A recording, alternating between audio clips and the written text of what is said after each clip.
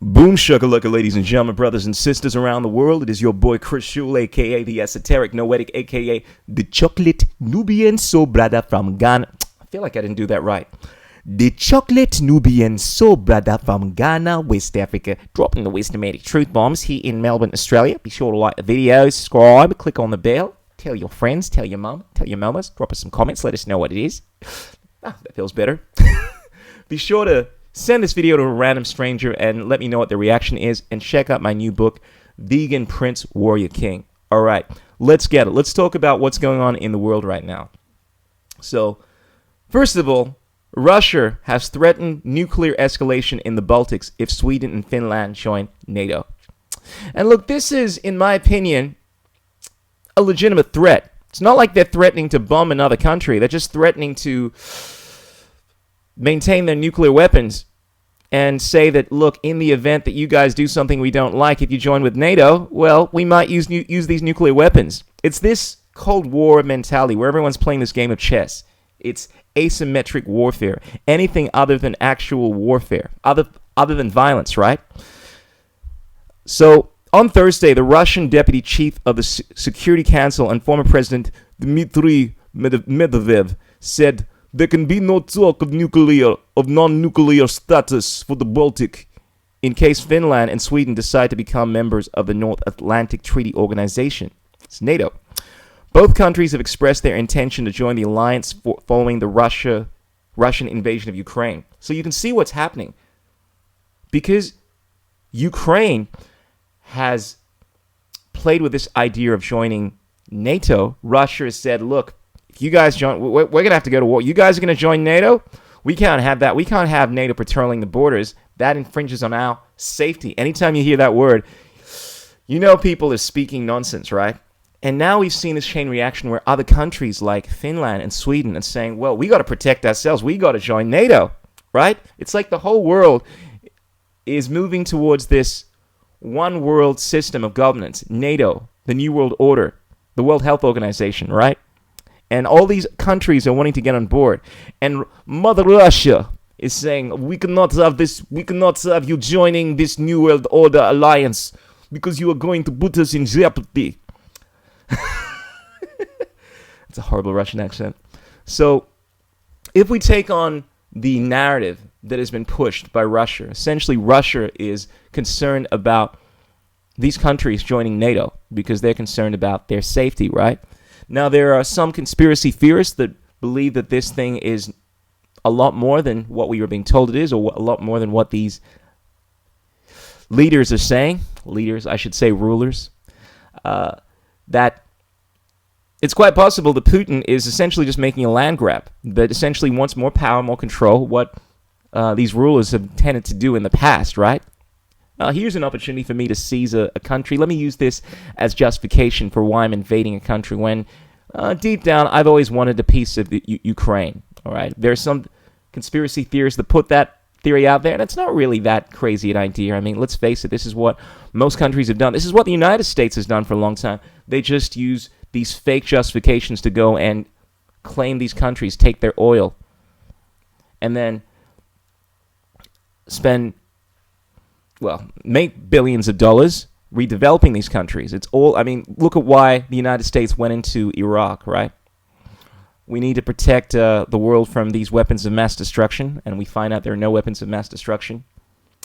The United States has gone to war with over 100 countries over the last 100 years, and you find that their justifications have neither been honest or have been just.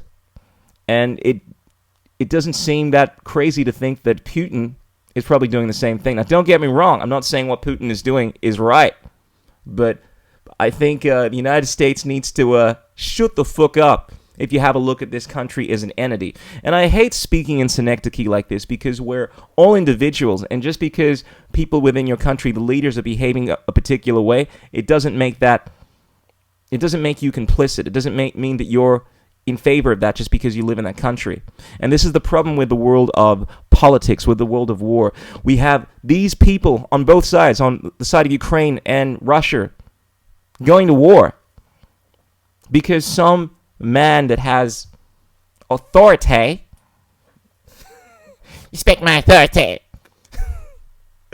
Has this Cartman insanity, Eric Cartman from South Park. That always comes to mind when I think of these crazy people that expect people to follow their bidding.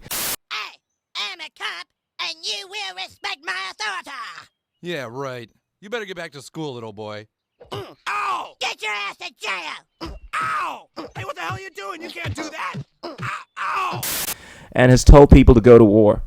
And these momos decide to listen without even questioning why they're going to war.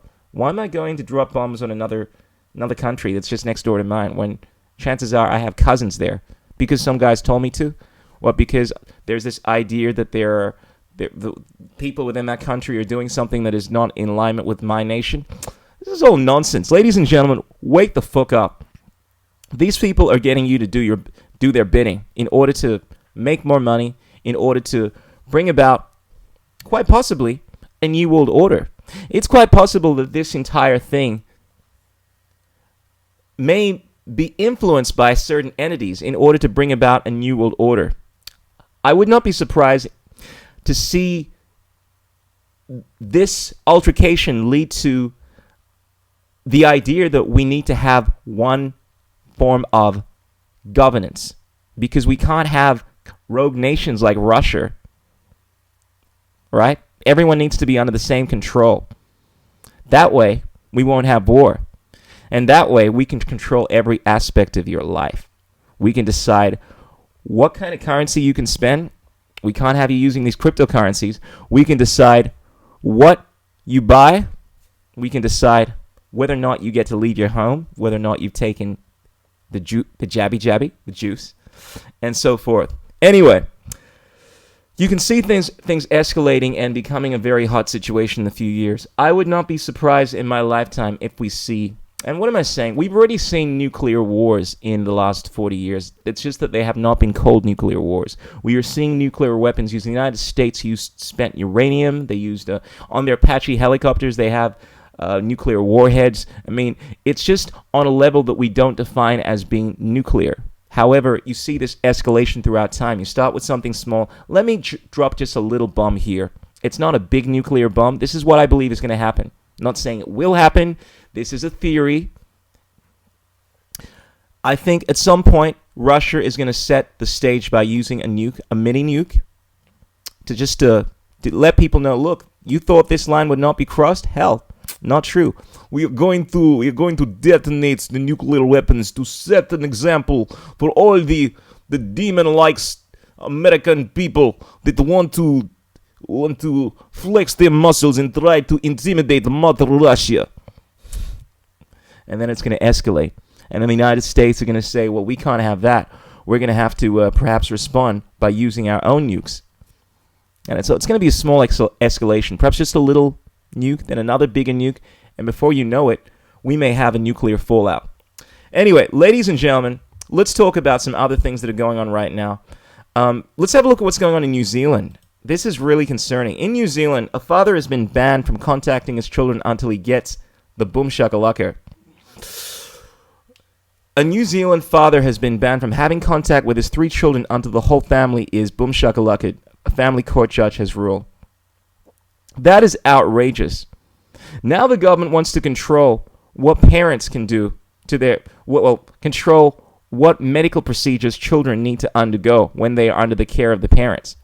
And look, this is a tricky situation because one parent is all in favor of the juice and another parent is saying, I don't want my child to do this. And the frustrating thing is the child doesn't even get to decide, right?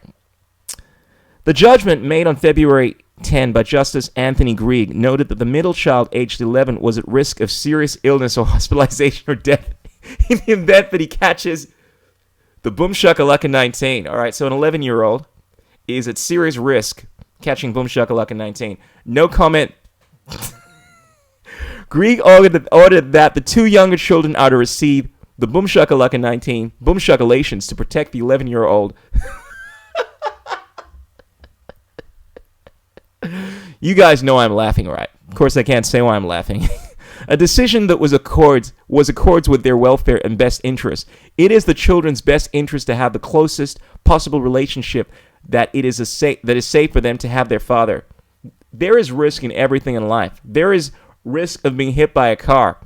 Are we not going to allow children to go in cars now because there's that risk? The idea that we are using this justification should be very evident to people what is going on. The government is trying to coerce people to go along with this narrative, to take the juice. And they're using the most, the Achilles heel of most parents in order to do this. The children. I mean, what parent does not want to protect their child? It's got me thinking. I think one of the most difficult jobs right now in the 21st century is being a mother or a father, trying to protect your children from the state. A lot of people have turned to homeschooling because of the tyranny that has befallen the school system with the indoctrination of this wokeism, and then, of course, with the mandates, with the mass mandates, with the boom shakalaka mandates. Now, children aren't even able to see the faces of their peers, which obviously stunts their development. But more importantly, their very bodily autonomy is being jeopardized. I mean, now we're finding that teachers are opportunistically boom shakalakaing students and teasing them or bribing them, with certain things in order to get them to take this jab, even though their parents haven't consented to it. And we're seeing this obviously implemented in a larger capacity. I mean, in Australia, now Ataji has taken on this policy of opportunistic boom shakalations because, oh, look, mate, it's for your own good. We're not even going to get your consent now. And more importantly, we're just going to force your children to undergo this thing because it's for your safety, right? See how easy it is to use that? Now, of course, I can make all these arguments why it's not safe, but that's neither here or there, right? Anytime you want to talk about safety, because it's such a subjective issue, people will always use that in order to justify the greatest amount of evils, which is what we are seeing. We're seeing an issue that is so incredibly clear, but because there is an element of risk, element of safety, it's a spectrum issue, the government is using this in order to implement the greatest amount of tyranny. We're going to take away your children unless, of course, you comply with these boom shakalakas, because there is a chance that something might happen to them unless they do. All right. So the father, who was on supervised contact with his children until it was suspended on November 25th, 2021, argued that he could see his children while taking other precautions such as wearing a mask, hand washing and sanitizing before contact, and having all contact outdoors. However, Grieg said he would need advice from both the contact supervisor and one of his child's medical professionals to be sure of these measures, and that he was currently not prepared to take the risk. Oh my God. This is in New Zealand. It seems to be at the forefront of the restrictions and the insanity that is going on in the world. Now, I want to speak about what's going on in Australia, mate. In Australia, the universities, at least one of them, the Queensland University, has decided to take a step back. So, the University of Queensland has dropped the boom shakalaka mandates. According to a letter that I came across, the Vice Chancellor of the University of Queensland wrote a letter. I am writing to let you know that from Tuesday, and this letter was obviously to the general public, Tuesday, 3rd of May, students will no longer need to be boom shakalaka to attend the UQ locations, University of Queensland locations. A great deal has changed since the university announced its decisions to implement the UQ's vaccination requirement last December. A great deal has changed. The main change being that you're probably aware, because you've been advised by your lawyers now, that you are liable to be prosecuted for human rights and violations and criminal charges for implementing something that is a gross violation of people's fundamental rights. Of course, they won't say that. Look, things have changed, and I feel like we need to, perhaps just not force everyone to. Of course, we still recommend that you take the jabby, but we're not going to force you now because things have changed. You see, this is what you got to do. You have to make people feel the consequences of their decisions. Make people aware of the fact that if they implement this stuff, they're going to face legal prosecution. Otherwise, they'll just continue doing it. Most of these people, a lot of the times, are doing this stuff not even because they think it's a good idea, but they do not want to be held accountable by the government, because the government has told them that you need to do this, otherwise we'll smack you on the bottom. And unless, of course, they feel the pressure from you, they're just going to go ahead and do this. one of the things that I've been experiencing is that people will ask you, businesses and so forth, to show your boom shakalaka or to show your medical exemption, and they will want you to give it to them so they can make a photocopy of it. Little do they know that if they take a photocopy of it, they are liable within the legal system, at least here in Victoria, mate, and I believe Australia, to be prosecuted. There's actually a case not long ago where someone took an organization to court because their employer took a photocopy of their medical exemption, and essentially you're not allowed to do that. So these parties, they settled in favor of the person that had their rights had the legal code violated. So one of the things to bear in mind is that if someone asks you for your medical exemption, tell them that, look, just flash it to them. Look, this is it. No. And if they want to take a photocopy of it, let them know that they're not allowed to. Otherwise, you can actually take legal action and you can sue them. And they should probably have a look at what the law is before they start suggesting people comply with things like that. Now, I'm not suggesting that you should do that. I'm not giving you legal advice, but these are certain tactics that can be useful in trying to, have things go in your favor. And unless you're willing to apply some kind of pressure on people, you'll find that you're just going to be living in this tyrannical state where you are bowing down to the whimsical notions of the government. Now, if you were someone like yours truly, the Chocolate Nubian, I don't do anything that I don't want to do if I believe it's wrong. End of story. And I don't care how many people are doing it. I don't care what the supposed science says about it. And that's my fundamental position, and I will die by that principle. Now, unfortunately, most people are realists, They say, oh, look, you got to be realistic. You got to be practical, Christian. You got to take, there's no other choice. There's no choice, Christian. You got to do what you're told. And I say, I am the Chocolate Nubian, so brother, I always have a choice. I do not have to do what you tell me to do.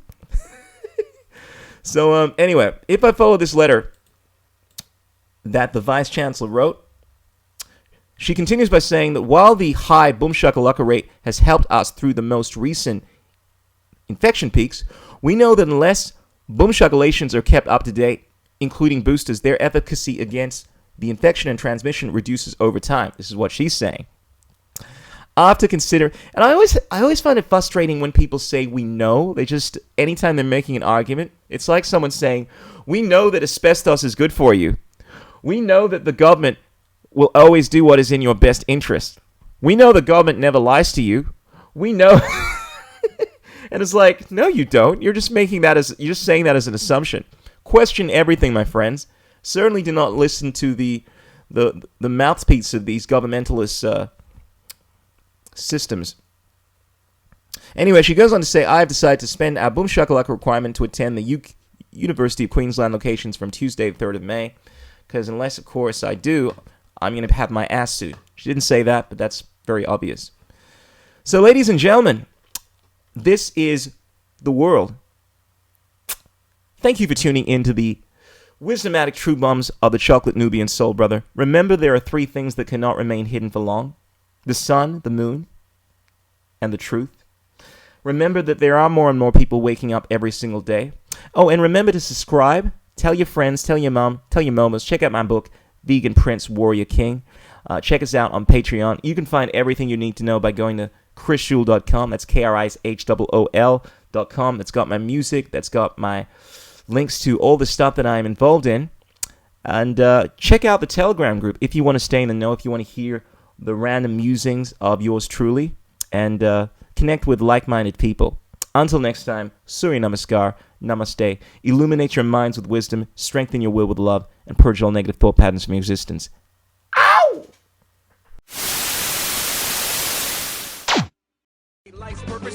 What is liberty? What the?